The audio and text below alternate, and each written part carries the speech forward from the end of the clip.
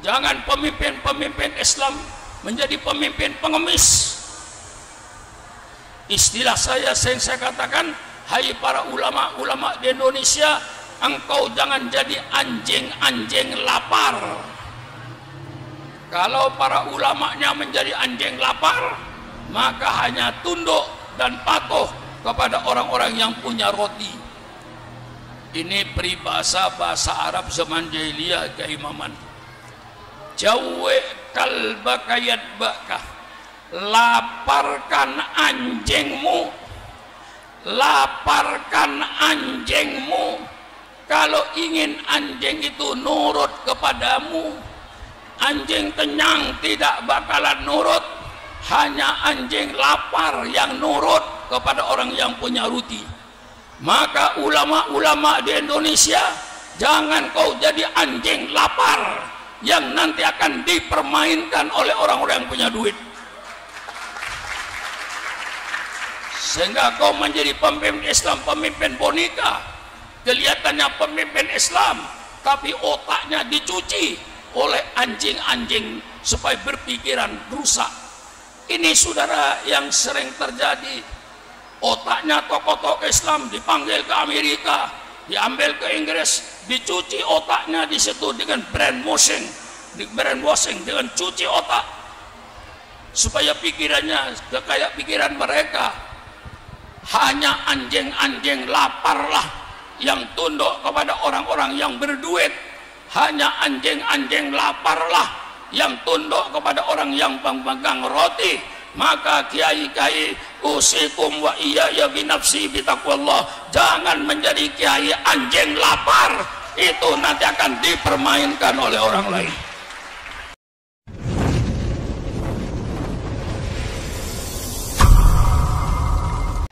Assalamualaikum warahmatullahi wabarakatuh.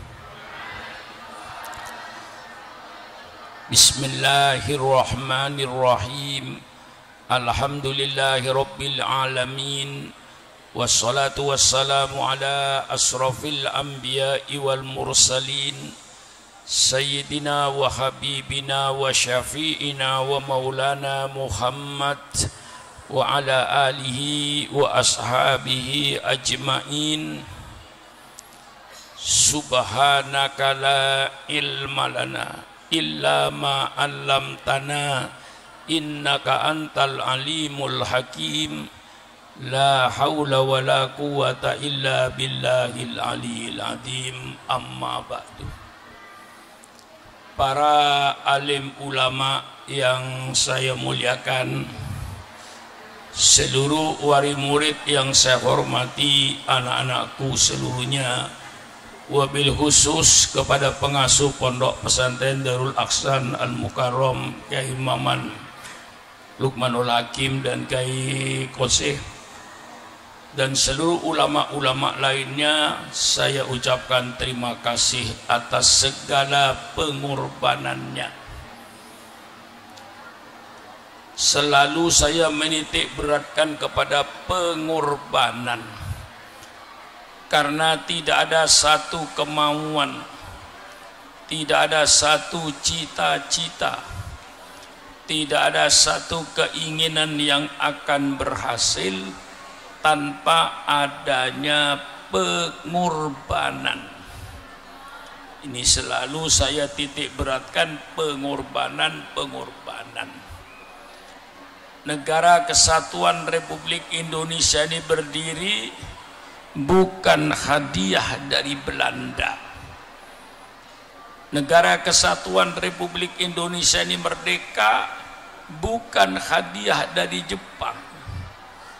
Tapi kemerdekaan yang kita peroleh itu di atas aliran darah bangsa Indonesia.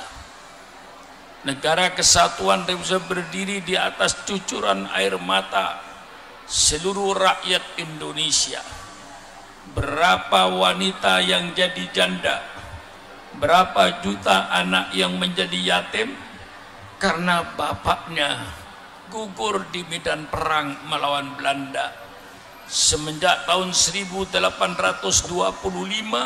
sampai tahun 1145, bahkan sampai tahun 1948 ketika Belanda mau menginjak kakinya kembali ke Indonesia. Inilah pengorbanan. Alhamdulillah, karena pengorbanan orang-orang sebelum kita inilah, alhamdulillah kita tidak menjadi korban. Alhamdulillah kepada seluruh pimpinan Pondok Pesantren Darul Ahsan dengan segala pengorbanan baktinya untuk mendidik anak-anak bangsa ini menjadi anak yang beriman dan bertakwa kepada Allah. Ini suatu pekerjaan yang sangat mulia. Maka saya ulang sekali lagi terima kasih kepada seluruh pimpinan Pondok Pesantren Darul Ahsan dalam baktinya kepada bangsa, baktinya kepada negara, baktinya kepada agama, di dalam mendidik anak-anak bangsa ini untuk menjadi anak yang beriman dan bertakwa kepada Allah. Dengan segala pengorbanannya, oleh sebab itu saya selalu menitikkan pengorbanan karena cita-cita dan keinginan kita akan berhasil dengan pengorbanan. Agama Islam ini diturunkan oleh Allah kepada junjungan kita Nabi besar Muhammad sallallahu alaihi wasallam. Islam tidak langsung jaya, Islam tidak langsung besar, Islam tidak langsung tersebar. Tersebarnya, jayanya, besarnya Islam karena pengorbanan.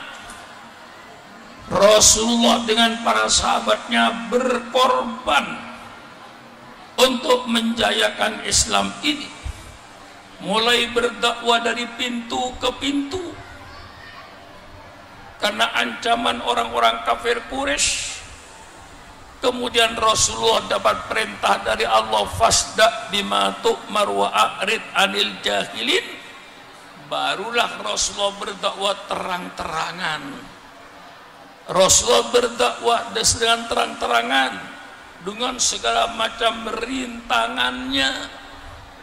Ini saya baca sejarah pengorbanan Rasulullah dan para sahabatnya.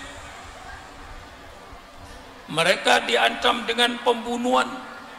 Berapa banyaknya sahabat Rasulullah yang dibunuh, disiksa dengan kekejamannya.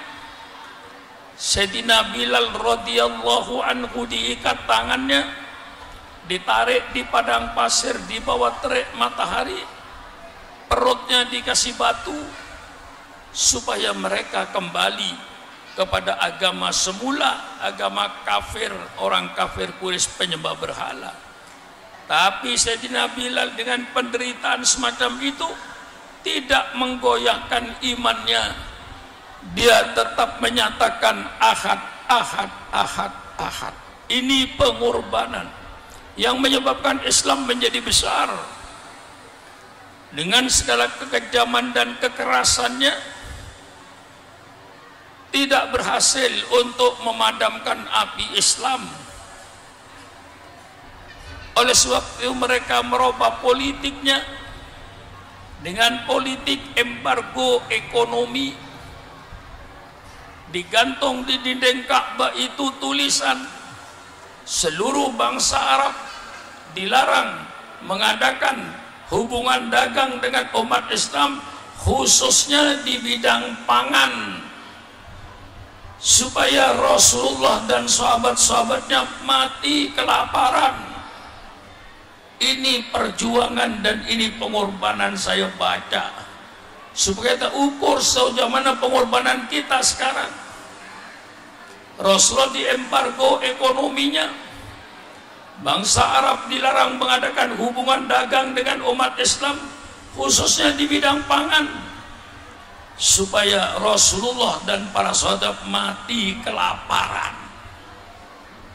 Maka ketika Irak diembargo ekonominya oleh Amerika Serikat, Libya pernah diembargo ekonominya oleh Amerika Serikat, saya katakan, hai bangsa Irak, hai bangsa Libya, Bukan kalian yang pertama kali merasakan embargo ekonomi.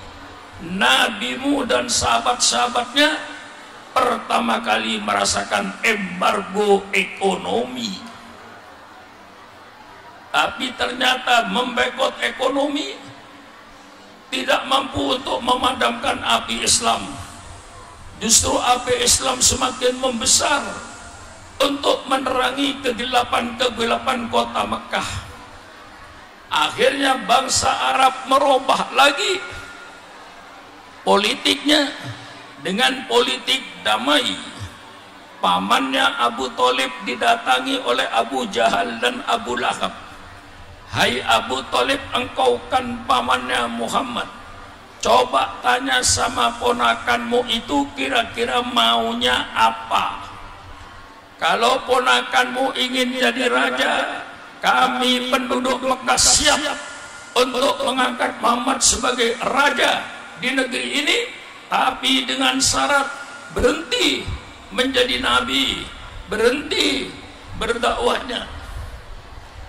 Abu Thalib tanya sama ponakanmu maunya apa. Kalau dia ingin menjadi orang kaya, kami penduduk Mekah siap untuk menyerahkan kekayaan kami kepada Muhammad, sehingga nanti Muhammad akan menjadi orang yang terkaya di kota Mekah ini, dengan syarat berhenti jadi nabi, berhenti berdakwah, jangan menyiarkan agamanya lagi. Abu Thalib tanya sama ponakanmu maunya apa. Kalau dia ingin kawin dengan anak perawan di kota Mekah ini, kami siapkan mengumpulkan anak perawan di kota Mekah ini. Kemudian ponakanmu persilakan kawin 1, 2, 3, 4, 5, 6, 7, 8 dan seterusnya, dengan syarat berhenti jadi nabi. Inilah pelajaran bagi kita sekarang ini. Kita yang dikatakan al ulama warathul anbiya, ulama ini pewaris-pewaris nabi, akan menghadapi tantangan-tantangan ini. Supaya kiai berhenti jadi kiai, kasih jabatan supaya berhenti jadi kiai, kasih harta, tawarkan duit yang miliaran, kalau perlu triliun, asal berhenti jadi kiai. Kasih wanita asal berhenti jadi kiai. Inilah pengorbanan. Semuanya ditolak oleh Rasulullah sallallahu alaihi wasallam. Jabatan ditolak, harta ditolak, wanita ditolak. Itulah nabimu berjuang untuk menyebarkan Islam ini sehingga bisa menjadi jaya. Dengan kekerasan gagal, embargo ekonomi gagal, dengan tawaran harta wanita takhta gagal. Akhirnya Abu Lahab dan Abu Jahal mengadakan rapat di tempat yang waktu itu disebut Darun Nadwah. Mungkin yang bagi saudara-saudara yang sudah haji atau umroh, kira-kira 100 meter lah dari Pancoran Emas itu tempat rapatnya bangsa Quraisy menghadapi lawan-lawannya. Dalam tafsir Tabari ditulis bahwa dalam rapat itu hadir iblis untuk menyumbang pikiran. Lalu Abu Jahal mengutamakan, kami menghadapi Muhammad dengan segala macam cara, dengan kekerasan, kekejaman kami gagal. Embargo ekonomi kami gagal. Kami tawarkan harta, kami tawarkan takhta, kami tawarkan wanita, gagal. Bagaimana cara menghadapi Muhammad ini? Ini saya jelaskan tentang pengorbanan Rasulullah sallallahu alaihi wasallam. Akhirnya kata Abu Jahal, karena sudah tidak ada jalan lain, tangkap saja Muhammad, masukkan dalam penjara. Ini adat kebiasaan penguasa. Kalau sudah penguasa itu kalah alasan, satu-satunya yang penuh kekuasaan itu penguasa dimanapun saja sudah zaman terus sampai sekarang tetap berlaku ini. Tangkap saja Muhammad, masukkan penjara.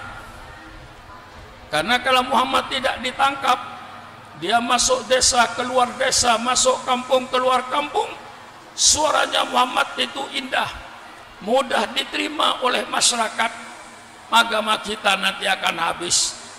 Tangkap saja Muhammad, masukkan penjara. Iblis berkata, tidak ada gunanya engkau menangkap Muhammad, karena Muhammad itu bangsa Quraisy, bangsa yang terhormat, bangsa yang disegani di tanah Arab ini. Maka tidak mungkin keluarganya akan diam. Tentu keluarganya akan mengeluarkan Muhammad dari penjara demi kehormatan sukunya. Sia-sia kau menangkap Muhammad, tidak ada gunanya. Nanti pasti dibela oleh bangsanya, bangsa Quraisy. Kalau bangsanya yang membela, anda sekalian tidak berdaya. Dan itu bangsa yang dimuliakan di tanah Arab ini. Kemudian Abu Jahal dan Abu Lahab mengusulkan, kalau Muhammad di penjara tidak ada gunanya, pasti dibela oleh keluarganya. Baiknya Muhammad itu diusir ke luar negeri, supaya Muhammad tidak ada di negeri Mekah ini. Kalau Muhammad masih ada di negeri Mekah ini, dia akan terus bergerak dan agama kita akan habis, akan hilang. Usir Muhammad ke luar negeri supaya tidak ada di negeri Mekah. Iblis berkata, usulmu sangat berbahaya. Kalau Muhammad itu diusir ke luar negeri, nanti di luar negeri dia banyak pengikutnya, pasti negara kami akan diserang dari luar negeri oleh Muhammad dengan pengikut-pengikutnya. Bahaya, Muhammad itu diusir ke luar negeri. Akhirnya Abu Jahal tidak ada jalan lain. Kalau kita tangkap Muhammad tidak ada gunanya, diusir ke luar negeri berbahaya. Kalau begitu bunuh saja Muhammad hari ini. Iblis menjawab, ini keputusan yang benar. Bunuh Muhammad, selesai urusan. Segala macam teori sudah tidak berhasil. Satu-satunya bunuh Muhammad ini. Inilah pengorbanan Rasulullah sallallahu alaihi wasallam. Akhirnya rumah Nabi Muhammad dikepung oleh pemuda-pemuda Quraisy dan jagoan-jagoan Quraisy dan preman-preman Quraisy dengan pedang terhunus. Perintah Abu Jahal, asal Muhammad keluar dari rumah, langsung penggal lehernya. Tidak ada cerita Muhammad dikasih kesempatan bicara. Kalau Muhammad dikasih kesempatan bicara, dia pasti menang lagi. Maka satu-satunya tidak usah diajak bicara, keluar rumah langsung penggal lehernya. Rasulullah kebetulan malam itu bersama Sayyidina Ali karramallahu wajhah. Di luar sudah dikepung sedemikian rupa dengan pedang terhunus. Inilah nasib nabimu dahulu, sehingga Islam menjadi besar, Islam menjadi tersebar, Islam menjadi kuat karena pengorbanan Rasulullah sallallahu alaihi wasallam. Di tengah-tengah malam yang gelap dan mencekam itulah malaikat Jibril turun. Ya Rasulullah, Allah perintahkan kepadamu malam ini kau tinggalkan negeri Mekah ini. Inilah hijrahnya Rasulullah sallallahu alaihi wasallam dari Mekah ke Madinah. Bagaimana perasaan kita seandainya kita yang jadi Nabi Muhammad ketika itu? Tengah gelap, tidak ada setitik api yang menyala. Di tengah-tengah cekaman, ancaman mati, ancaman pembunuhan, di situ Rasulullah diperintahkan untuk keluar rumah, untuk meninggalkan kota Mekah. Dengan isyarat dari Allah Subhanahu wa Ta'ala, Rasulullah membaca ayat kursi, mengambil pasir, membaca qul huwallahu ahad, qul a'udzu birabbin nas, qul a'udzu bil falaq, qul a'udzu bin nas, kemudian membaca sebagian surat Yasin. Wa ja'alna min baini aydihim saddan wa min khalfihim saddan fa'ushaynahum fahum la yubsirun. Di tabur pasir mereka tertidur semuanya dengan pedang terhunus. Di celah-celah itulah Rasulullah melangkah. Seandainya ada satu yang terbangun, pasti Rasulullah berakhir di penggal lehernya. Keluar Rasulullah melangkah menuju rumahnya Abu Bakar Siddiq radhiyallahu anhu tengah malam. Sayyidina Abu Bakar tentu kaget, ada apa Rasulullah di tengah malam gini? Kemudian Rasulullah bersabda, ya Abu Bakar, malam ini saya dengan kau diperintah oleh Allah untuk meninggalkan kota Mekah. Inilah hijrahnya Rasulullah sallallahu alaihi wasallam keluar.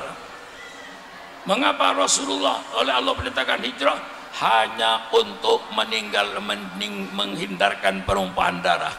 Kalau seandainya Rasulullah bertahan sampai pagi, tentu akan terjadi penumpahan darah di kota Mekah ini. Untuk menghindarkan penumpahan darah inilah oleh Allah diperintahkan supaya meninggalkan kota Mekah. Abu Bakar Siddiq radhiyallahu anhu tanpa komentar, kalau itu sudah perintah Allah ya Rasulullah, mari kita tinggalkan kota Mekah. Subhanallah, di tengah malam yang mencekam dengan ancaman pembunuhan, Rasul melangkah meninggalkan kota Mekah. Inilah Abu Bakar Siddiq membuktikan satu-satunya sahabat yang melaksanakan sabda Rasulullah, la yu'minu ahadukum hatta akuna ahabba ilaihi min malihi wa waladihi wa walidihi wa nasi ajmain. Tidak sempurna iman seseorang itu sehingga aku, kata Rasulullah, lebih dicintai olehnya daripada anaknya, daripada bapaknya, daripada hartanya, dan dari seluruh manusia yang ada. Rasulullah merupakan kecintaan di atas segala kecintaan yang ada. Inilah Sayyidina Abu Bakar Siddiq radhiyallahu anhu. Dia tidak memikirkan keluarganya, tidak memikirkan rumahnya, tidak memikirkan hartanya, karena cinta pada Rasulullah sallallahu alaihi wasallam. Akhirnya mereka berdua keluar meninggalkan rumah di tengah malam yang mencekam menuju ke Jabal Thur. Sampailah di Jabal Thur. Kemudian Rasulullah berkata, bukan, mari kita istirahat dahulu. Kita sudah payah berjalan kaki kurang lebih 5 km. Kemudian istirahatlah di Jabal Thur. Saya baca sejarah pahitnya Rasulullah. Saya tidak membaca manisnya Rasulullah, tapi saya baca pahitnya untuk perjuangan. Inilah yang akan mendorong kita untuk berjuang, untuk membalas baktinya Rasulullah yang telah menyelamatkan kita semua ini. Lalu apa balasan kita pada Rasulullah sallallahu alaihi wasallam yang berkorban sejauh itu? Pagi-pagi Abu Jahal datang, langsung bertanya kepada pemuda-pemuda Arab itu, mana kepalanya Muhammad? Langsung bertanya, mana kepalanya Muhammad? Mereka menjawab, Muhammad belum keluar. Tidak mungkin Muhammad belum keluar. Muhammad sebelum subuh mesti ke masjid. Kemudian didobrak ke kamarnya, ternyata yang ada Sayyidina Ali. Ditanya oleh Ali, kemana Muhammad? Saya tidak tahu, saya tidur. Kemudian bangsa Arab, Abu Jahal mengatakan sayembara, barang siapa yang menemukan Muhammad hidup atau mati, 300 unta. 300 unta itu keimaman sama dengan 900 kebo di Jayanti ini. 1 unta sama dengan 3 kebo harganya. Mereka semuanya berlomba untuk mencari, karena di padang pasir tidak sulit, orang tidak banyak. Kelihatan ada 4 kaki. Inilah tentu kaki Abu Bakar, kaki kaki Muhammad, dan ini tentu 4 kaki ini kakinya mereka itu. Telusuri terus kemana arah kaki 4 ini. Wa makaru wa makarullah wallahu khairul makirin.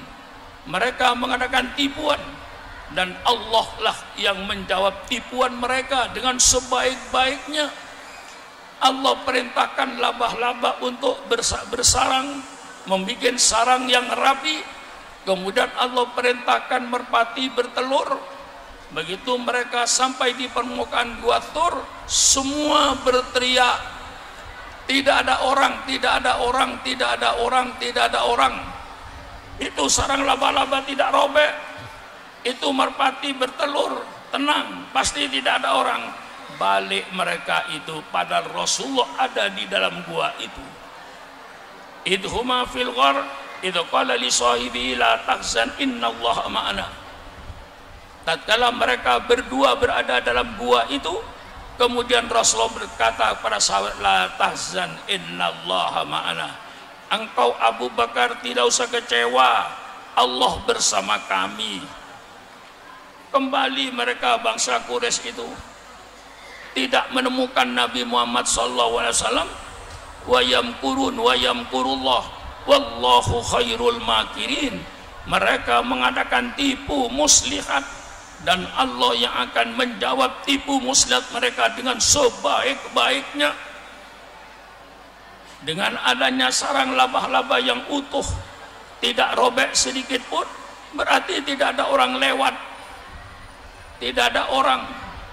Padahal di dalam gua itu ada Rasulullah dan Abu Bakar Siddiq. Setelah 3 hari, Rasulullah baru berangkat ke Madinah melalui jalan, bukan jalan yang kita lewati, Kai Gose. Melewati pegunungan turun naik, karena kalau lewat jalan yang biasa mesti ketangkap. Jadi mereka, Rasulullah mencari jalan tikus yang tidak pernah dijalanin orang. Naik turun gunung, saudara bisa membayangkan bagaimana gunung-gunung yang ada di Mekah dan Madinah. Hanya batu dan pasir, tidak ada pohon, tidak ada kayu, tidak ada sumber mata air. Gersang. Itulah perjalanan Rasulullah 446 km dari Mekah ke Madinah. Dalam hijrahnya ini pengorbanan. Lalu apa pengorbanan Anda? Apa pengorbanan Sukron Makmun? Kalau dibanding dengan Rasulullah, tidak ada artinya semua itu. Belum ada artinya. Nah, kalau kita membayangkan perjuangan itu menjadi motivasi. Menjadi motivasi Sukron Makmun untuk berjuang. Walaupun tidak ada artinya kalau dibanding dengan perjuangan Rasulullah.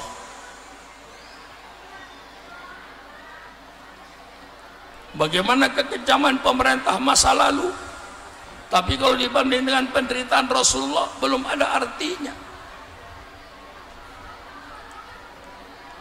Saya berdakwah, Masya Allah, nikmat. Kemana saja turun di lapangan terbang, disambut oleh alumni saya, diantar ke hotel, tidur di hotel. Saya ke luar negeri pun, ke Singapura, ke Kuala Lumpur, ke Brunei, termasuk ke Mesir, disambut dengan anak-anak saya, diletakkan di hotel, makan enak, tidur enak. Subhanallah, ingatlah perjuangan nabimu. Bagaimana kekejaman bangsa Arab terhadap Rasulullah sallallahu alaihi wasallam. Jadi perjuangan memerlukan pengorbanan. Oleh sebab itu saya mengajak seluruh umat Islam, khususnya di daerah Tangerang ini, mari kita berkorban. Wajahidu bi amwalikum wa anfusikum. Berjuanglah kau di jalan Allah dengan hartamu. pertama kali Allah menyatakan bi amwalikum, dengan hartamu. Kalau terpaksa dengan harta belum selesai, bi anfusikum, dengan jiwamu, perang, korbankan jiwamu. Tapi sebelum mengorbankan jiwamu, korbankan hartamu. Alhamdulillah, kita hidup di negara Republik Indonesia, tidak hidup di jalur Gaza, tidak hidup di Palestina, tidak hidup di Irak, tidak hidup di Iran, kadang-kadang penuh dengan peperangan.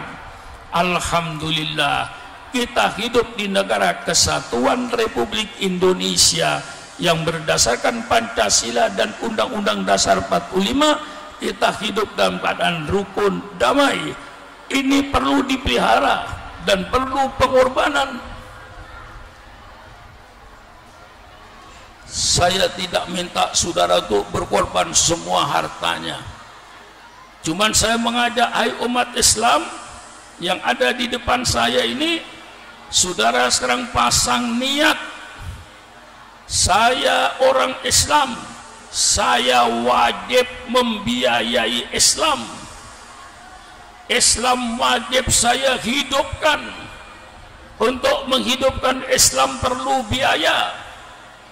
Menghidupkan pesantren perlu biaya, menghidupkan majelis taklim perlu biaya, menghidupkan majelis zikir perlu biaya, menghidupkan pengajian-pengajian di kampung-kampung perlu biaya. Saya sebagai orang Islam, saya wajib membiayai Islam. Ini yang saya minta kepada yang hadir di depan saya ini. Bukan apa yang saya dapatin dari Islam, tetapi apa yang saya korbankan untuk Islam. Ini yang selalu saya anjurkan, supaya tiap orang Islam sekarang punya perasaan, saya orang Islam, saya wajib membiayai Islam, saya wajib menyingkirkan sebagian harta saya untuk membiayai Islam, agar Islam hidup di negara Republik Indonesia ini. Ini yang selalu saya anjurkan. Datang masuk masjid, bawa duit. Hai orang-orang Tangerang, kalau kau masuk masjid, tromol masjid dijalankan, kemudian kau masukkan duit 2.000 rupiah, jangan kau merasa beramal. Kalau kau memasukkan duit 2.000 rupiah ke kotak amal di masjid, itu kau bukan berarti beramal. Engkau menghina agamamu, kau tidak menghargai agamamu, kau tidak memuliakan agamamu. Dengan duit 2.000 mau masuk surga, pakai otak yang sehat. Pakai otak yang sehat. Jangan menghina agamamu, jangan mengecilkan agamamu. Kalau kau dengan duit 2.000 rupiah untuk masuk surga, otaknya tidak sehat, itu meremehkan agamamu, menghina agamamu. Mari kita yang wajar, sesuai dengan apa yang Allah berikan kepada kita. Wabtaghi fima atakallahu daral akhirah wala tansa nasibaka minad dunya wa aksin kama ahsanallahu ilaik. Carilah oleh engkau kampung surga, carilah oleh engkau surga. Kemudian bertanya, ya Allah, dengan apa saya mencari surga ya Allah? Allah sudah kasih jawaban, carilah oleh engkau surga dengan apa yang Allah berikan kepadamu. Engkau bersawah tumbuh padinya, engkau dengan kebun duriannya, dengan kebun rambutannya tumbuh dan berbuah setiap tahun. Sisihkan sebagiannya untuk Islam. Carilah oleh engkau surga. Dengan apa mencari surga? Dengan apa yang Allah berikan kepadamu. Allah berikan kepadamu harta, sisihkan sebagian hartanya untuk ke surga. Kau kasih kenikmatan, kedudukan, jabatan, Jadi ketua RT, ketua RW, jadi lurah, jadi camat, jadi bupati, jadi wali kota, jadi gubernur, jadi presiden, jadi menteri, jadi DPR. Persilakanlah nikmat Allah untuk mencari keridhaan Allah. Jadi wakil gubernur bukan untuk mencari kekayaan. Menjadi gubernur tidak untuk mengumpulkan kekayaan, tetapi kau menjadi gubernur dengan jabatannya untuk menegakkan kebenaran, untuk menegakkan keadilan, untuk membuat rakyatnya hidup dengan makmur. Pergunalah jabatanmu untuk mencari keridhaan Allah. Carilah hartamu dengan hartamu untuk mencari keridhaan Allah. Yang dikasih ilmu oleh Allah, pergunakan ilmunya untuk mencari keridhaan Allah. Pergunakan ilmunya untuk mencari surga. Subhanallah, Allah jelaskan dengan terang, wabtaghi fima atakallah daral akhirah wala tansa nasibaka minad dunya. Carilah oleh engkau surga dengan apa yang aku berikan kepadamu, tapi jangan lupa kau kehidupanmu di dunia. Artinya untuk Islam sebagian, untuk keluarganya persilahkan. Ini ajaran Islam. Maka dengan kedatangan saya ke daerah Jayanti ini, supaya seluruh masyarakat Islam berpikir, yang jual sayur, saya wajib menghidupkan Islam. Yang tukang becak, saya wajib menghidupkan Islam. Saya nanti mau mati, yang menjadi kuli bangunan, saya wajib menghidupkan Islam. Saya dapat bayaran satu hari 150.000, satu minggu dapat 900.000. Sisihkan sebagian untuk biaya Islam. Orang yang merokok berhenti merokok. Inna yaumal jum'ati sayyidul ayyam. Hari Jumat hari yang dimuliakan oleh Allah. Kalau Anda ingin menjadi orang yang mulia, muliakan apa yang dimuliakan oleh Allah. Kalau kau ingin menjadi orang yang berharga, hargailah apa yang dihargai oleh Allah. Allah menghargai hari Jumat, Allah memuliakan hari Jumat. Kepada penduduk Tangerang, usikum wa iyaya binafsi bitaqwallah. Kalau sedatang hari Jumat, semua perokok berkata, hari ini saya berhenti merokok. Saya hormati hari Jumat dengan berhenti tidak merokok. Uang rokok saya hari ini untuk masjid. Subhanallah. Kalau orang tiap masuk masjid bawa duit seharga rokok saja, satu bungkus 25.000, insya Allah masjid jaya. Insya Allah semua masjid jaya, karena dibiayai oleh umatnya. Ibu-ibu setiap hari sisihkan hartanya. Setelah pergi ke pasar belanja, beli ikan, beli sayur, sisanya letakkan dalam kotak. Sisa 5.000, sisa 2.000. Jumat pagi ibu buka kotaknya, minimal ada duit 35.000. Kalau setiap hari 5.000, yang 20.000 atau yang 10.000 titipkan sama suaminya. Pak, tolong 10.000 ini letakkan di kotak masjid. Untuk saya nanti di kuburan, insya Allah saya tersenyum di liang kubur pada saat tidak ada famili yang membelanya. Dengan duit 10.000 di masjid, 15.000-nya ada majelis taklim, bawa kasih 10.000. Ada majelis zikir, kasih 10.000. Majelis zikir hidup, majelis taklim hidup, masjid hidup. Datang ke pesantren, bawa duit untuk bantu pesantren. Ini 50.000, ini 10.000 untuk pesantren. Pesantren hidup, masjid hidup, majelis taklim hidup, masjid zikir tanpa ngemis-ngemis kepada orang lain. Jangan pemimpin-pemimpin Islam menjadi pemimpin pengemis. Istilah saya katakan, hai para ulama-ulama di Indonesia, engkau jangan jadi anjing-anjing lapar. Kalau para ulamanya menjadi anjing lapar, maka hanya tunduk dan patuh kepada orang-orang yang punya roti. Ini peribahasa bahasa Arab zaman jahiliyah, keimaman.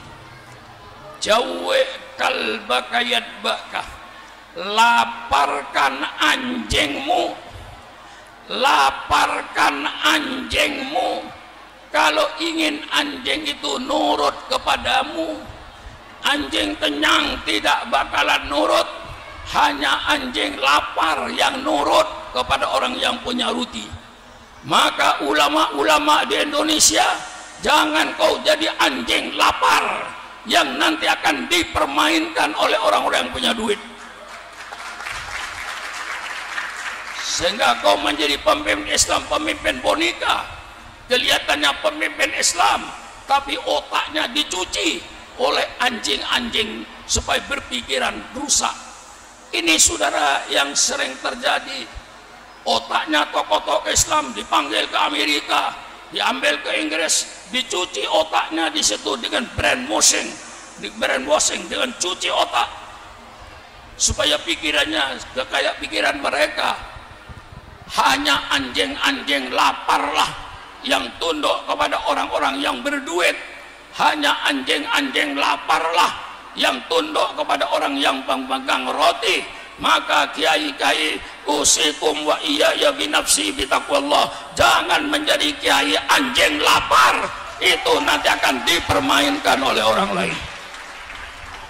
Saya bicara dengan dasar kenyataan.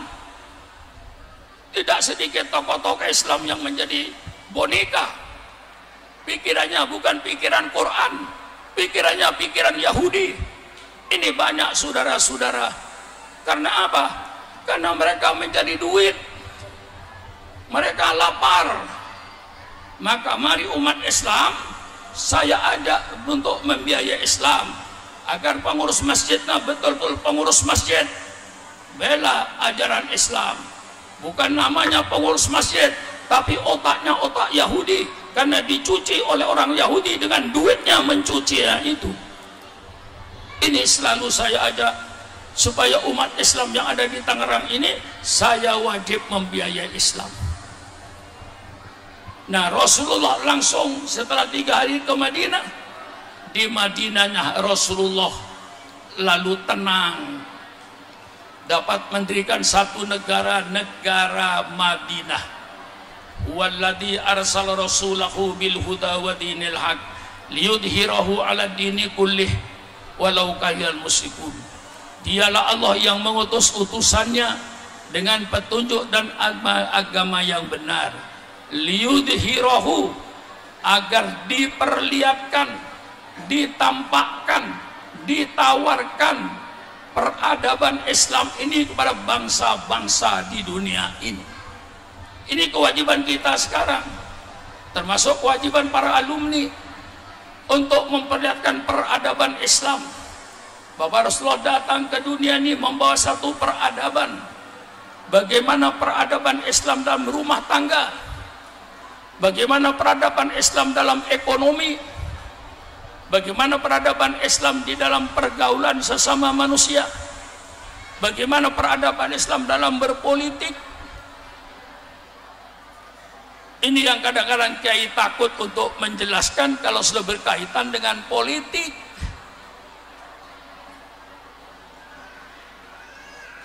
Takut untuk bicara peradaban rumah tangga lancar, bicara peradaban ekonomi lancar, tapi giliran bicara politik, ini yang sangat ditakuti oleh para kiai.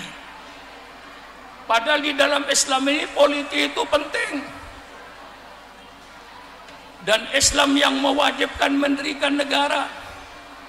Rasulullah sampai di Madinah, mendirikan negara Madinah, dan memenuhi persyaratan secara hukum negara internasional sekarang ini. Suatu negara disebut negara, pertama adanya teritorial, adanya daerah yang dikuasai. Rasulullah menguasai kota Madinah dan sekitarnya, memenuhi syarat. Syarat yang kedua ada penduduk.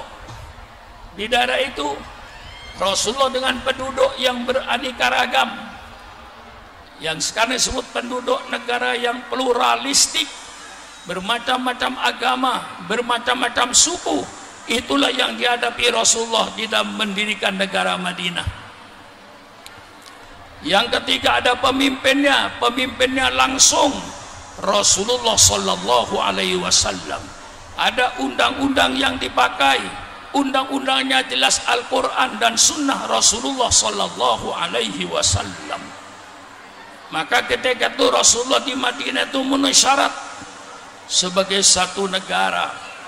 Lalu negara ini dilanjutkan oleh para sahabatnya, Khulafaur Rasyidin, Sayyidina Abu Bakar, Sayyidina Umar, Sayyidina Uthman, Sayyidina Ali, seluruhnya mendirikan negara. Maka ijma ulama mendirikan negara hukumnya fardu kifayah. Itu jelas bahwa kita wajib mendirikan negara, karena satu bangsa yang tidak bernegara, tidak ada pemimpinnya, akan menjadi bangsa yang barbar, akan menjadi bangsa yang arogan, tidak pada hukum, tidak pakai peraturan, yang kuat menindas yang lemah, yang kaya menindas yang miskin, tidak ada peraturan, tidak ada undang. Oleh sebab itu dalam hukum Islam mendirikan negara fardu kifayah. Ini Islam yang kadang-kadang kita takut untuk menampakkan politik Islam, bahwa Islam mengatur supaya kita tuh bernegara, kita berbangsa, sehingga menjadi bangsa yang beradab, tidak menjadi bangsa yang barbar. Alhamdulillah, Islam tidak menentukan bentuk negara, karena bagi Islam bentuk negara itu tidak penting. Yang penting bukan bentuk negaranya, tapi yang penting isi daripada negara itu. Mau berbentuk kerajaan kayak Saudi Arabia, persilahkan, tidak melanggar Al-Quran. Ya malikal mulki tu'til mulka man tasha wa tanzi'ul mulka mimman tasha. Ini ayat kerajaan. Mau bentuk negaranya kesultanan, bentuk negaranya khilafah yang dipimpin oleh seorang khalifah, tidak bertentangan dengan Islam.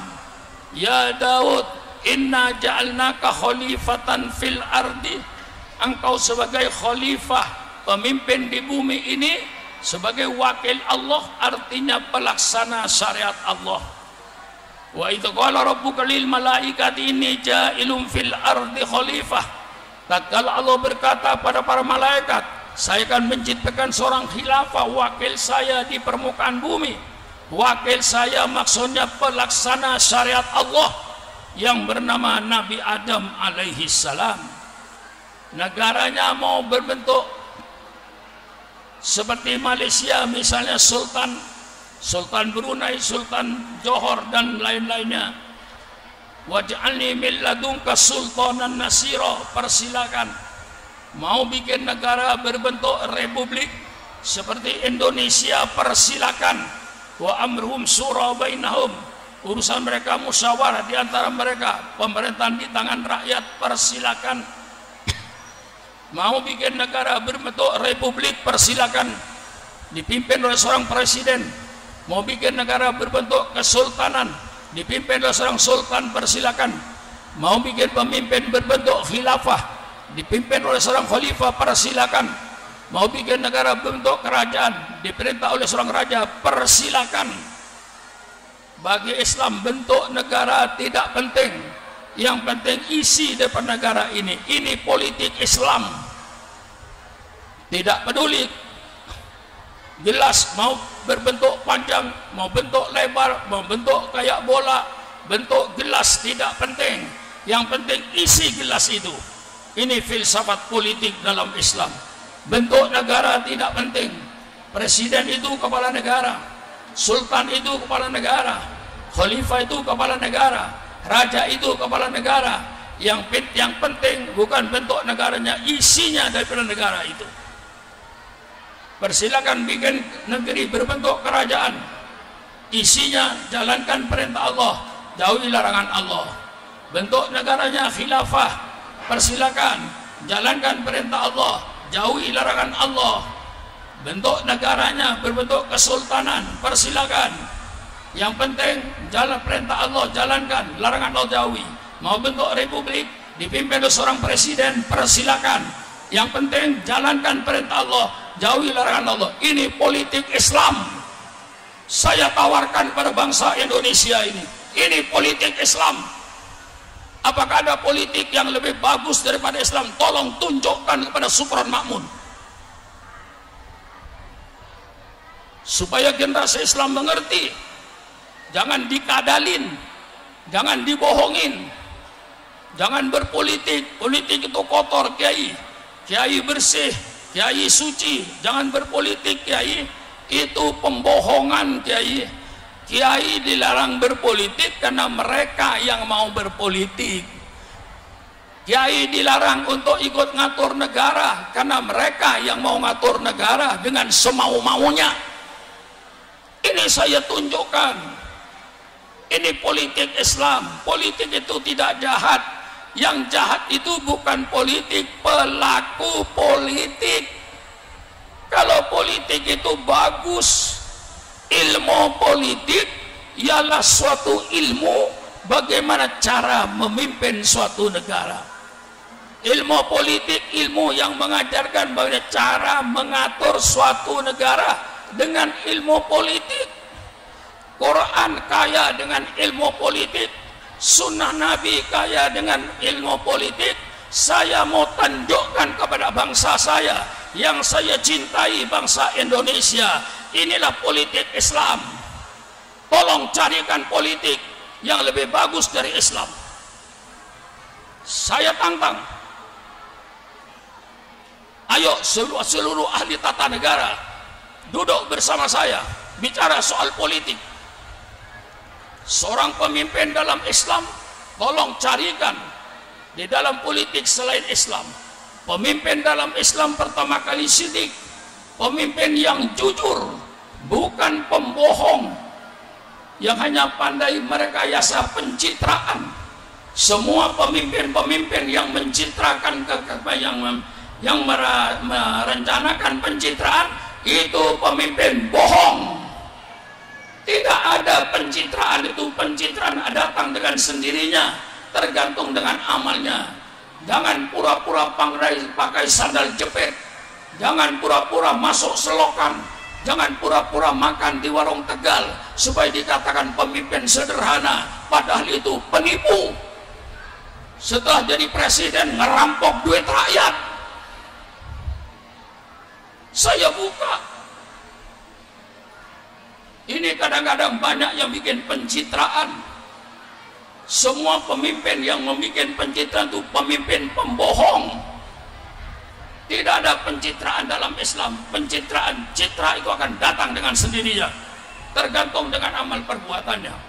Maka ini dalam politik Islam, pemimpin negara itu pertama harus siddiq, jujur. Jangan menjadi pemimpin negara pembohong, membohongi rakyatnya, mengakali rakyatnya, menipu rakyatnya. Tidak ada dalam Islam. Pemimpin siddiq, pemimpin amanah yang terpercaya. Jangan cari pemimpin-pemimpin pengkhianat yang menjual kekayaan alam Indonesia kepada bangsa asing, sehingga kekayaan Indonesia bukan dinikmati oleh bangsa Indonesia, tapi kekayaan Indonesia dinikmati oleh bangsa-bangsa asing karena pemimpin-pemimpinnya pengkhianat. Ini Islam. Cari pemimpin yang tabligh, pemimpin yang menyampaikan kebenaran, transparan, menyampaikan laporan yang apa adanya, bukan laporan bohong. Ini pemimpin dalam Islam. Tabligh, menyampaikan kebenaran.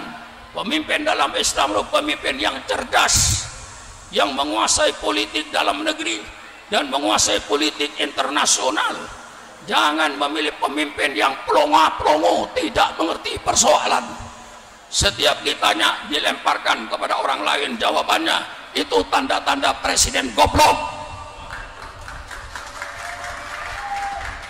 Saya buka. Kalau cerdas jawab. Kecil-kecil Kiai Muhammad saya pimpin pesantren. Tidak pernah saya orang bertanya saya lempar kepada orang lain. Pak Sukron, bagaimana kurikulum di sini? Saya jawab kurikulum mesti begini. Tidak pernah saya bertanya, bagaimana Pak Seram kurikulum di Darul Rahman? Jangan tanya saya, tanya kepala sekolah. Itu namanya pengasuh goblok. Ditanya soal dapur, bagaimana dapur di sini Pak Sukron? Jangan tanya saya, tanya kepala dapur. Berarti Sukron Makmun goblok. Ditanya bagaimana mengatur ketertiban pondok ini, jangan tanya saya, tanya bagian keamanan. Itu berarti Sukron Makmun pengasuh pondok pesantren goblok. Cari pemimpin yang mampu menjawab segala persoalan. Soal pendidikan jawab, soal ekonomi jawab. Dia sebagai pemimpin tertinggi dalam negara, jangan melemparkan persoalan pada orang lain. Kalau memang tidak mampu, mundur, jangan jadi pemimpin. Ini dalam Islam yang namanya fatona kiai. Fatona itu pemimpin yang cerdas, pemimpin yang pinter, menguasai persoalan. Subhanallah, alangkah indahnya politik Islam ini. Apapun bentuk negaramu, yang penting perintah Allah jalankan. Subhanallah. Kemudian untuk menuju baldatun thayyibatun wa rabbun ghafur. Bupati bicara baldatun thayyibatun wa rabbun ghafur. Gubernur bicara baldatun thayyibatun wa rabbun ghafur. Presiden bicara baldatun thayyibatun wa rabbun ghafur. Tapi anehnya mereka berkata, Islam tidak usah berpolitik. Kata-kata baldatun thayyibatun wa rabbun ghafur dari mana Anda peroleh? Dari Quran. Berarti Quran bicara politik, bicara negara yang sejahtera, negara yang adil makmur, negara yang aman tentram. Baldatun thayyibatun wa rabbun ghafur. Berarti Quran bicara politik. Yang jahat itu kiai bukan politik, yang jatuh pelaku politik. Bedakan antara politik dan pelaku politik. Bedakan antara Islam dan orang Islam. Kalau saya tanya sama rakyat Jayanti, Islam itu bagus apa tidak? Islam itu bagus apa tidak? Islam bagus apa tidak? Kemudian saya tanya, di Jayanti ada nggak orang Islam yang nyolong sepeda motor? Hah? Ada. Apakah Islam itu jahat? Tidak. Yang jahat itu bukan Islam, orang Islam. Yang jahat itu bukan politik, yang jahat orang politik. Yang jahat pelaku politik. Siapa pelaku politik? Mulai wali kota, bupati, gubernur, presiden, menteri, anggota DPR, pejabat-pejabat tinggi negara, itu pelaku politik. Di antara mereka lah yang jahat. Berapa gubernur yang masuk penjara?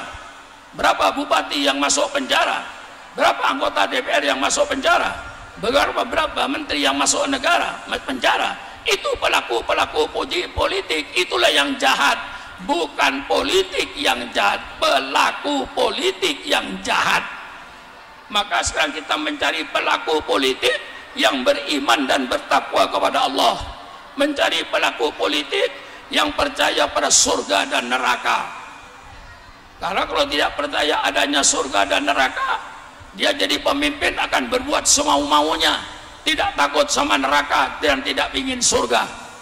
Inilah yang membuat mereka berpikir jahat karena imannya yang tidak kuat. Maka pondok pesantren akan mendidikkan anak bangsa yang beriman dan yang bertakwa kepada Allah Subhanahu wa taala. Ini politik dalam Islam. Untuk menuju baldatun thayyibatun wa rabbun ghafur, saya ambil contoh dari Khalifah Umar ibn Abdul Aziz. Untuk menuju kepada baldatun thayyibatun wa rabbun ghafur ada 4 pilar yang harus dilalui oleh suatu negara. Pertama, musyawarah. Wasyawirhum fil amri.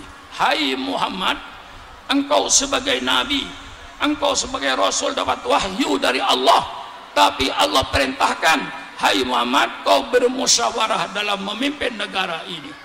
Nabi Muhammad yang nabi, Nabi Muhammad yang rasul, diperintah oleh Allah untuk bermusyawarah, apalagi yang bukan nabi, yang bukan rasul. Presiden bermusyawarah, raja bermusyawarah, sultan bermusyawarah, khalifah bermusyawarah. Tidak ada keputusan pribadi kecuali hasil musyawarah. Keputusan pribadi itu akan menuju pada negara otoriter, akan menuju pada negara diktator. Dan ini sudah dibuktikan di negara Republik Indonesia ini. Berkedok demokrasi tapi nyatanya diktator, berbentuk demokrasi tapi nyatanya otoriter. Nah, jadi bentuk negara tidak penting, biar bentuknya kerajaan. Kalau musyawarah dijalankan, raja selalu musyawarah, tidak ada keputusan pribadi raja. Keputusan pribadi itu namanya otoriter, diktator. Dalam Islam musyawarah yang diutamakan, semuanya musyawarah. Raja musyawarah, presiden musyawarah, khalifah musyawarah, sultan musyawarah. Alangkah indahnya politik Islam ini. Yang kedua, dalam politik Islam ini, innallaha ya'murukum an tu'addul amanati ila ahliha. Sesungguhnya Allah menyuruh berikan amanah kepada ahlinya. Jangan sembarangan mengangkat pejabat pemerintah, jangan sembarangan mengangkat ketua RW, jangan sembarangan mengangkat ketua RT, jangan sembarangan mengangkat lurah, jangan sembarangan mengangkat camat, jangan sembarangan mengangkat wali kota, bupati, jangan sembarangan mengangkat gubernur, jangan sembarangan mengangkat presiden, jangan sembarangan mengangkat menteri, jangan sembarangan mengangkat DPR, jangan sembarangan mengangkat pejabat-pejabat negara. Berikanlah jabatan itu pada ahlinya yang profesional. Jangan sembarangan mengangkat pejabat pemerintah. Menteri ekonominya profesional, menteri luar negerinya profesional. Mengangkat menteri bukan karena titipan, mengangkat menteri bukan karena senang dan benci, tapi mengangkat menteri, angkatlah pejabat pemerintah itu karena profesional. Tolong carikan politik mana yang lebih bagus dari Islam. Saya tantang, karena saya punya yudhirahu ala dini kullih. Saya wajib memperlihatkan peradaban Islam kepada seluruh umat manusia, termasuk pada bangsa Indonesia ini. Ini peradaban Islam dalam politik. Jangan sembarangan mengangkat pejabat-pejabat negara, angkatlah mereka yang profesional. Karena Rasulullah dalam hadis politiknya menyatakan, idza duyiatil amanatu fantadiris sa'ah. Apabila kepercayaan sudah hilang, tunggulah hancurnya negara itu. Kemudian Rasulullah ditanya, wa kaifa idu'atuha ya Rasulullah, bagaimana hilangnya kepercayaan Rasulullah? Idza wusidal amru ila ghairi ahlihi fantadidus sa'ah. Apabila urusan diserahkan kepada orang yang bukan ahlinya, tidak profesional, tunggulah hancurnya negara itu. Ini politik Islam. Saya perlihatkan dengan tegas. Saya tidak takut sama siapapun saya hanya takut kepada Allah. Inilah politik Islam. Kalau ingin menjadi negara ini negara yang adil, makmur, sentosa, ini kuncinya. Yang ketiga, dalam politik Islam, innallaha ya'murukum wa idza hakamtum bainan nas an tahkumu bil adli. Kalau menetapkan hukum, tetapkan hukum yang adil, jangan tebang pilih. Siapapun saja melanggar hukum, persilakan periksa. Nggak usah ada yang disimpan. Kayak sekarang ini ada koruptor yang masih masuk daftar pencarian orang, termasuk menteri agama, mantan menteri agama, termasuk DPO, daftar pencarian orang. Kan bikin malu. Mantan menteri agama jadi buronan. Pakai otak. Dalam politik Islam, tegakkan hukum dengan adil. Jangan pisau tajam ke bawah, tumpul ke atas. Ini ajaran Islam. Wa idza hakamtum bainan nas an tahkumu bil adli. Sampai Quran berpesan, la yajrimannakum sana'anu qaumin ala alla ta'dilu i'dilu wa huwa aqrabu littaqwa. Jangan karena kau kebencian pada satu kaum, kebencian pada satu golongan, biar mereka tidak ada kesalahan, tangkap, masukkan penjara. Dasarnya kebencian. Ini negara dolim, negara tidak adil. Tapi hendaknya tegakkan negara dengan keadilan. Insya Allah akan terwujud baldatun thayyibatun wa rabbun ghafur. Yang terakhir, untuk mewujudkan baldatun thayyibatun wa rabbun ghafur, Allah berfirman dalam ayatnya, ayat politik, alladzina immakkannahum fil ardi aqamus shalah wa atuz zakah wa amaru bil ma'ruf wa nahu 'anil munkar. Yang keempat, semua orang yang oleh Allah dikasih tempat, dikasih kedudukan, dikasih jabatan, hendaknya keluarkan zakat, tegakkan sholat, keluarkan zakat, amar ma'ruf nahi mungkar. Mulai ketua RT amar ma'ruf nahi mungkar, ketua RW amar ma'ruf nahi mungkar, lurah amar ma'ruf nahi mungkar, camat amar ma'ruf nahi mungkar, wali kota, bupati, gubernur, presiden amar ma'ruf nahi mungkar, para menteri, anggota DPR amar ma'ruf nahi mungkar, semua pejabat-pejabat pemerintah amar ma'ruf nahi mungkar, baru akan terwujud baldatun thayyibatun wa rabbun ghafur. Bagaimana akan terwujud baldatun thayyibatun wa rabbun ghafur kalau pejabat pemerintah tak ikut jual narkoba? Bagaimana akan terwujud baldatun thayyibatun wa rabbun ghafur kalau pejabat pemerintahnya membekengin penjudian, membekengin minuman keras, membekengin pelacuran? Hancur negara ini. Ini Islam, ini politik Islam. Panjang kalau bicara politik Islam ini, Kiai. Nah, cara pemilihan itu politik Islam mempunyai cara bagaimana memilih pemimpin itu panjang, saudara.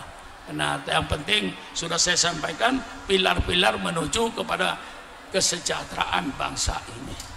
Nah, anak-anakku sekalian yang tamat ini, kamu sudah mendapat ilmu selama 6 tahun di pondok ini, mempelajari tentang peradaban Islam.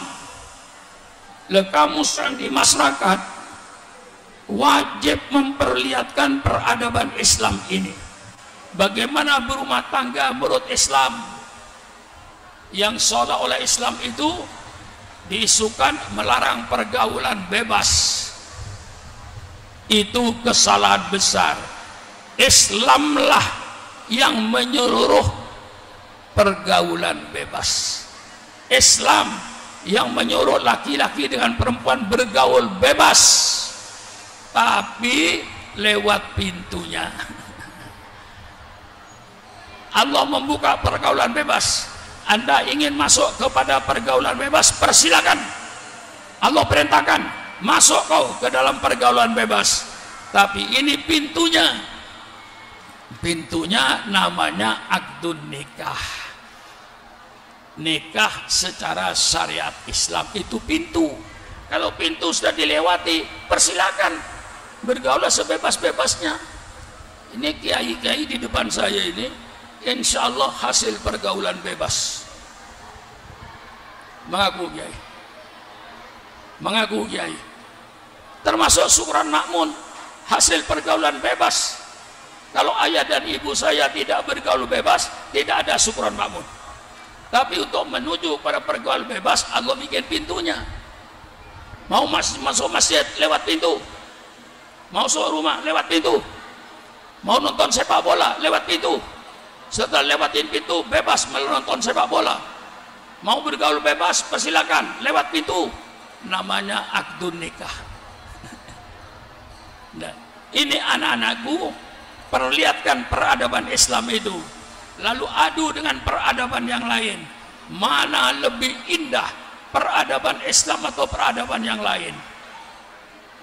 Peradaban berekonomi, anak-anakku belajar di Fathul Qorib, Babul Baik, di Fathul Mu'in, Babul Baik, itu semuanya ekonomi Islam. Perlihatkan kepada bangsa Indonesia bagaimana peradaban perekonomian dalam Islam. Perlihatkan peradaban pergaulan yang beraneka suku dan beraneka agama. Bagaimana kita bergaul, bagaimana peradaban Islam dalam mengatur pergaulan secara internasional. Yang berbeda-beda bangsa, berbeda-beda agama, Rasulullah sudah mengatur dengan piagam Madinahnya. Dengan piagam Madinah inilah negara Madinah yang pluralistik bisa diatur hidup rukun dan damai satu bangsa-bangsa Madinah. Itu Rasulullah yang berikan peradaban pergaulan. Bagaimana pergaulan Islam dalam politik, seperti yang saya jelaskan ini. Ini kewajiban anak-anakku, tamat, perlihatkan peradaban. Memperlihatkan saja, jangan memaksakan. Saya tidak memaksakan bangsa Indonesia memakai peradaban Islam. Saya cuma menyampaikan ini peradaban Islam. Mau dipakai oleh bangsa Indonesia, alhamdulillah. Tidak mau dipakai juga, alhamdulillah. Wa ma alaina illal balaul mubin. Maka engkau alumni merupakan kaum liyudhirahu ala dini kulli. Engkau yang berkewajiban memperlihatkan semua peradaban Islam kepada bangsa Indonesia ini, agar bangsa ini tidak sesat. Mari kita sampaikan ini peradaban Islam dalam berumah tangga, ini peradaban Islam dalam ekonomi, ini peradaban Islam dalam pergaulan antar umat manusia yang berbeda agama, berbeda suku. Ini peradaban Islam dalam mengatur politik. Inilah kewajiban alumni. Huwallazi arsala rasulahu bil huda wa dinil liyudhhirahu. Kami punya kewajiban untuk menampakkan dan memperlihatkan peradaban Islam kepada bangsa Indonesia. Bangsa Indonesia mau makai, alhamdulillah. Tidak mau makai pun syukran, makmun sudah menyampaikan wa ma alaina illal balaul mubin. Nah, ini anak-anakku, maka kamu nanti hidup di masyarakat, ilmu yang kau peroleh praktekkan, merupakan satu peradaban. Perlihatkan kepada bangsa Indonesia. Nah, kamu di masyarakat jangan menjadi makhluk mati. Anak-anakku, jadikanlah makhluk hidup, jangan menjadi makhluk mati. Tanda-tandanya makhluk mati tidak bergerak. Itu makhluk mati, tidak bergerak, tidak tumbuh, tidak berkembang. Itu makhluk mati. Anak-anakku di masyarakat jangan jadi makhluk mati. Jadilah kau makhluk hidup. Tanda-tanda makhluk hidup bergerak. Kayak saya ini bergerak, tandanya kalau saya hidup. Bergerak, berkembang, tumbuh, itulah namanya makhluk hidup. Jangan mencari pekerjaan, ciptakan pekerjaan. Mencari pekerjaan, tidak ada pekerjaan dibuang, tapi harus pandai-pandai menciptakan pekerjaan, bukan mencari pekerjaan. Otakmu pergunakan untuk menciptakan pekerjaan, bukan untuk mencari pekerjaan. Anak-anakku, sekarang bukan waktunya menunggu bola, tetapi sekarang waktunya engkau mengejar bola. Bola cuman satu, direbut oleh 22 orang. Satu kesebelasan 11 orang, dua kesebelasan 20 orang. Bolanya cuma satu, direbut oleh 22 orang. Kalau kau menunggu datangnya bola, bola tidak akan datang kepadamu. Tetapi kau harus mengejar bola.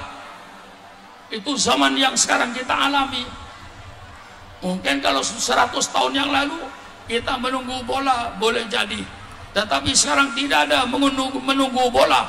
Kita harus mengejar bola, kita harus merebut bola, kita harus bergerak, harus bekerja, harus berkembang, harus tumbuh. Itulah makhluk hidup. Kalau mau bikin pekerjaan banyak, kamu tamat dari pesantren ini sampai di kampungmu bikin yasinan tiap malam Jumat.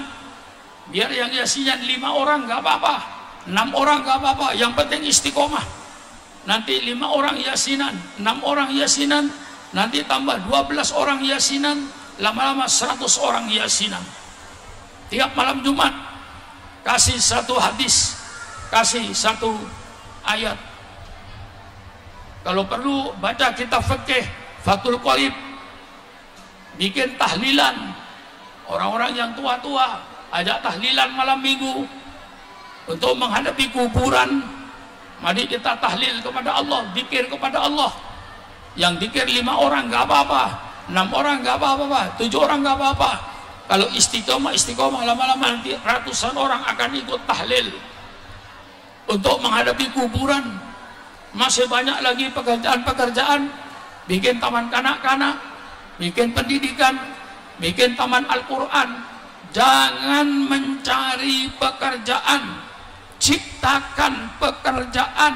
Itu manusia hidup, manusia berotak, bukan makhluk mati. Jadi kau makhluk hidup, bergerak, tumbuh, berkembang. Itulah makhluk yang hidup. Anak-anakku, inilah pesan saya.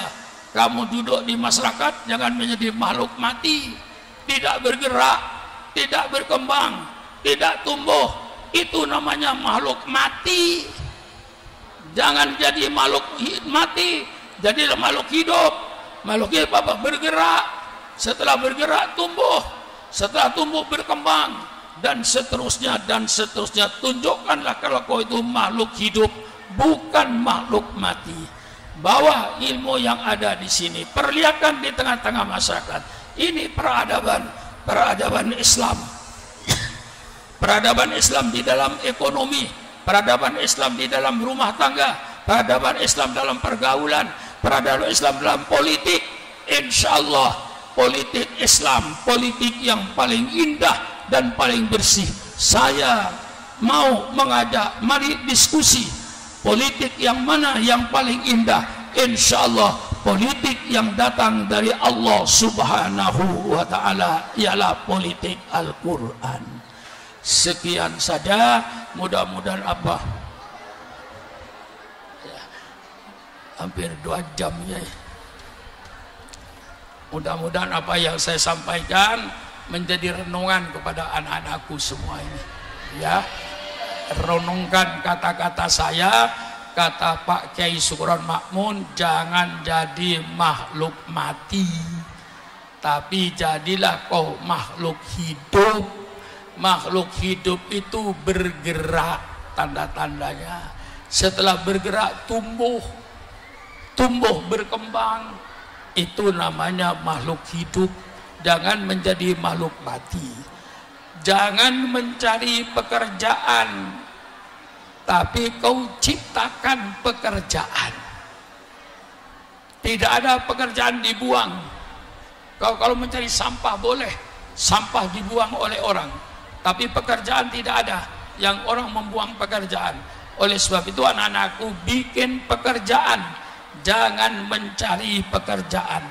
Ciptakan pekerjaan di tengah-tengah masyarakat, sehingga semua umat Islam itu bergerak, semua umat Islam itu hidup, semua umat Islam pada masing-masing tempatnya bergerak.